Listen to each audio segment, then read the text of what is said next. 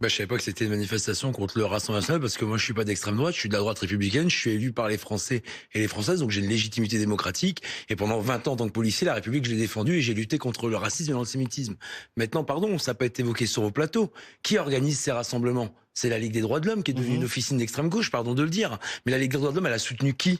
Elle a soutenu l'imam Iqwisen, qui a été expulsé par la République, validé par le Conseil d'État pour ses propos contre la République, ses propos qui incitent à l'islamisme radical et politique et qui prônait la discrimination entre les femmes et les hommes pour ne citer que ses bonnes œuvres. Elle a souvent pris ses distances avec Jean-Luc Mélenchon. Elle a mis du temps alors parce que pareil sur la vérité pour Adama que cette Ligue des droits de l'homme soutenait, les gendarmes ont été innocentés, on n'a jamais entendu défendre la Ligue des droits de l'homme, des gendarmes qui ont défendu brillamment notre République et face aux délinquants. Pareil sur Sainte-Soline, cette Ligue des droits de l'homme, elle conteste les arrêtés d'interdiction de port d'armes des préfets.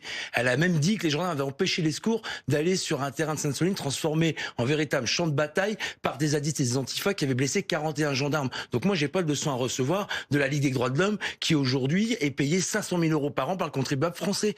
Et Monsieur Darmanin avait promis de retirer les financements, c'est toujours pas le cas. Donc des gens qui soutiennent des personnes sulfureuses, des personnes qui sont pas pour la République, je trouve ça quand même fort de café. Mais manifester contre le racisme,